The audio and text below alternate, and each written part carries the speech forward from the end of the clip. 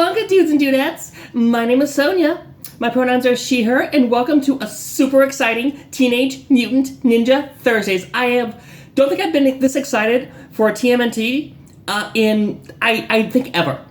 Okay, so I'm so excited. So I started collecting the NECA line around the time that some of the cooler villains started to come out, like your Slash and Leatherhead, like your Baxter Stockman and Splinter. You're kind of figuring that they would keep re-releasing the Turtles, which they did, and I eventually got the amazing Turtles in Disguise pack. But in doing that, in waiting so long to start the line, there were some characters that I missed out on. Chief among them being the April O'Neil and Casey Jones packs. I had the opportunity to get them, but I didn't because at that time I wasn't collecting the line. And also the April O'Neil that they released back then, she just looked off. Like, there was something weird with like her head size and like her face sculpt. It just wasn't gelling. So, and those are two packs that actually command amazing, insane secondary market prices. So I never thought I was going to have an April until recently, when NECA announced they were doing an updated April O'Neil with a new head sculpt, new accessories, and that she would be sold as a ultimate or deluxe figure. And no surprise, we've got her right here. April O'Neil, Mutant Interest Story. I'm so excited to open this. I love April. Let's go ahead and look at the plastic prism there. We've got a glamour shot of her here. I love April. Like, after rewatching the series, like last year, like right as I started to, I've been starting to come out, it's so funny. I resonate with April so much more now that I'm a girl, that I've, accepted that. And she's just so relatable. She's not just the damsel in distress. She is so much more than that. She is spunky. She is clever. She is defiant. Yeah, does she have to be rescued a lot? Yeah, but that's because she keeps wanting to, tackle the real stories, to go out on her own, to literally disobey her bosses and not cover, like, the traditionally feminine, like, fashion shows or, like, flower exhibits that they want her to cover, these fluff pieces. She wants to go out and, there's 3 on here, to go out and get the real news about, like, Shredder trying to take over New York, or see, basically spread the news about the Turtles. And she has this conviction, and I relate to her so much, being a woman, like, in the workplace, a very male-defined workplace. And it's just, she is so awesome, so sassy. I have not missed the amount of little plastic ties in these NECA figures. Okay, we're gonna have to do a little dump here so I can get to April. There we go. Thankfully, she doesn't have, like, too many. Alright. She has a ton of accessories there, which is very exciting. So, there she is. Let's take our first look at the updated April O'Neil.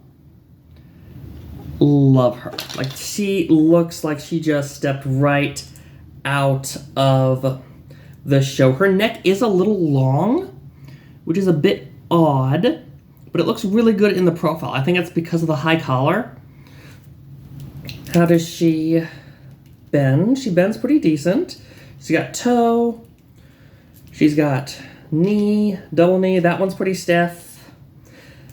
Her top knee joints are pretty stiff, but that is to be expected with NECA. She has all your basic. Oh god, her arms or her limbs are so thin from what I'm used to with this Turtles line. I'm used to, like, big, bulky boys and mutants, and she's got her swivel, her waist crunch. She is on it. She is on it. I'm not sure what that is on the back there. No, so she is awesome. She is looking great. She is very spindly, so getting her to stand may be a slight issue. But luckily, I came prepared. See, she is all over. With a stand. So I actually have a stand for her right now. Had to take it off of the, oh Lord. I had to take it off my Jungle Boy Luchasaurus setup. If you're familiar with AEW, Leave the Memories Alone of Jurassic Express. So there is April. Let's take a look at all of this crazy stuff that she comes with. So she has a good mix of old and new accessories. So in terms of old accessories, we have her Channel 6 camera, her camcorder. Kids, yes, this is what we used to film video on, or at least this is pre-digital. A pre-digital camcorder. And it's got a nice, oh, there it is. It's got a little strap that actually folds up or down.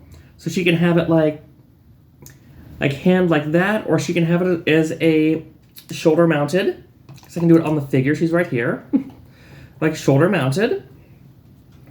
She has, speaking of old recording, she actually has a tape recorder for interviews with an attached microphone. It's not, I can't tell if it's like a plastic wire, but it's a very stretchy plastic wire when she's doing interviews. She has another microphone for Channel 6. And there's something a bit off to me about the 6 and the Channel 6. It's not quite as clean as I remember it being in the show. Like, it looks a little squashed. It looks a little squashed on here. We've got a turtle comm, which I think should open up. Yep, so we've got turtle comm, and it does open up. That's really cool. And just to go over her various number of hands, she does have a little palm hand that you can kind of like palm the turtle comm in. Maybe. She's got palm or chop hands. She's got thumbs up hands. She's got peace sign hands. She's got pointing hands. Like, so many hands. And she has like an open palm hand as well. But maybe that's the one that would hold the... Yeah, that one holds it a lot better. Like the open finger, open palm.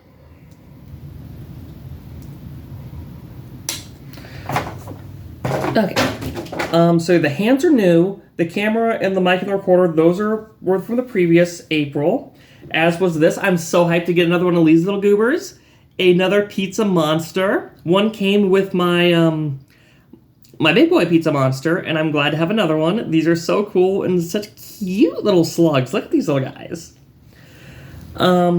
We've got an episode. We have some episode specific ones. Aside from the pizza monster, we have this rare artifact, the Maltese hamster, a play on the Maltese falcon, a movie that is older than me and probably everybody that's watching this.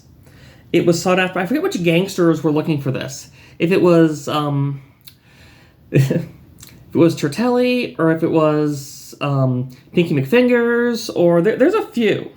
Big Louie, I think, is the one that dresses like the Joker for some reason. Yeah, so those are the accessories that she came with, like the pizza monster, the hamster, the camera, the recorder, and the microphone. Those are all the ones that she came with originally in her first outing. So now we get into her new accessories. She has a Venus flytrap, which is, again, really cute. Look at the little mouth on him. He's so neato. And it's got a cute little bow. Oh, he's so cute. She has, this is interesting. So she comes with a Doku Plant, which is a plant whose flowers are toxic to smell. And she was looked after by Splinter until the turtles could find another Doku Plant to concoct an antidote. Like Shredder sent her this plant in order to distract the turtles.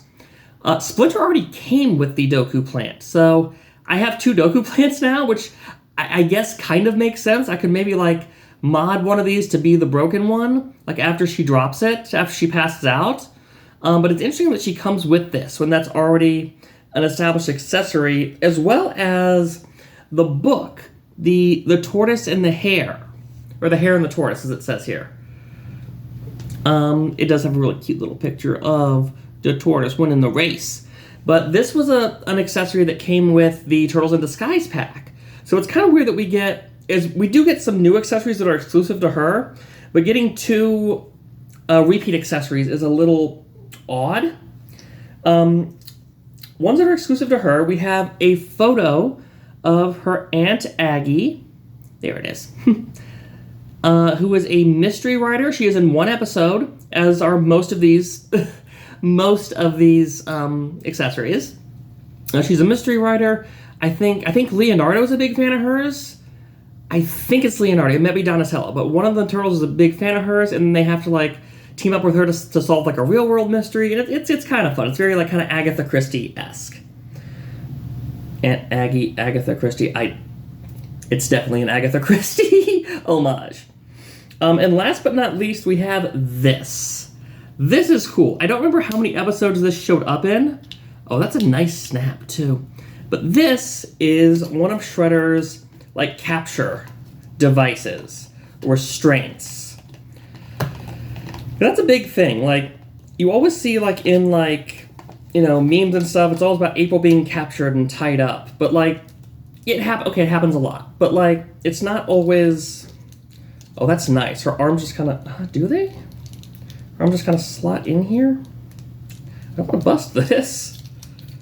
How are we supposed to work this here, guys? Supposed to slide it up? Like it's an ill-fitting bra? Like, what am I supposed to do here? How's it in the box? Oh, it's supposed to go across the top. Hold on, we are having technical difficulties, which is what you come to expect from these videos. It's supposed to go over her tits, apparently. Oh, do I have it on backwards? No, it's supposed to go through this frontwards. I can't quite get this thing on, unfortunately. I don't know if it's her breasts that are too big, or... I don't think her breasts are... Okay, it's supposed to go on like this, and like wrap around restrainer. I can't seem to quite crack in this opening here, because yeah, like her breasts are getting in, her tits are getting in the way of this thing closing right, and I can't quite seem to get it to close around her. So it could be something I'm doing wrong. Is it upside down maybe? Does that matter? It does matter. It was upside down. I don't know why that matters, but it was upside down apparently. Apparently it does matter how you put this on. Why does that matter? Oh my god, that's why it matters. It's because it actually has indents on the top for her tits. That's why it matters. The bottom doesn't, so the top actually has the indents for her tits to get around here. So yes, so she can be captured by Shredder, and what's cool is she actually has multiple heads.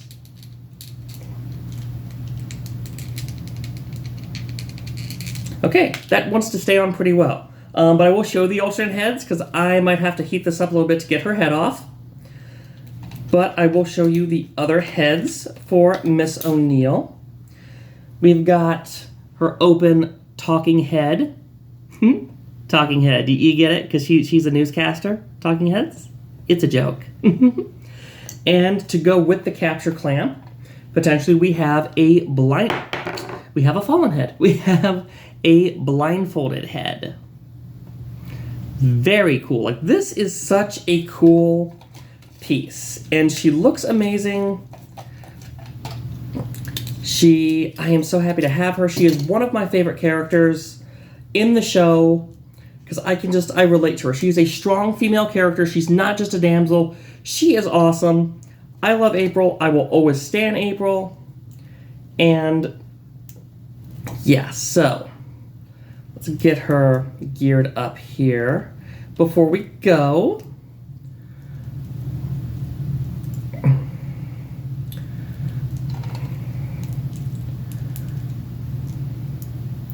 with camera, and there's a microphone somewhere. Oops. I'm sure you can see where the microphone is, and I just can't. That would be on par for this show and this channel. Let's get her all... Come on, April. But no, like I said, I'm so happy to have her. I am fumbling, I am stumbling, but here we are. We finally got her. And I don't have to worry about it. So, for Channel 6 News, this is April O'Neil signing off. But not Sonia, because Sonia has to do her plugs. So, if you like what I do here, please make sure to like, share, comment, and subscribe. Hit the bell notification so you never miss a video, because I do more than just Teenage Mutant Ninja Thursdays. And you can follow me on Twitter at SoniaOutNProud. And I'll be waiting for you on the next Teenage Mutant Ninja Thursdays. Bye!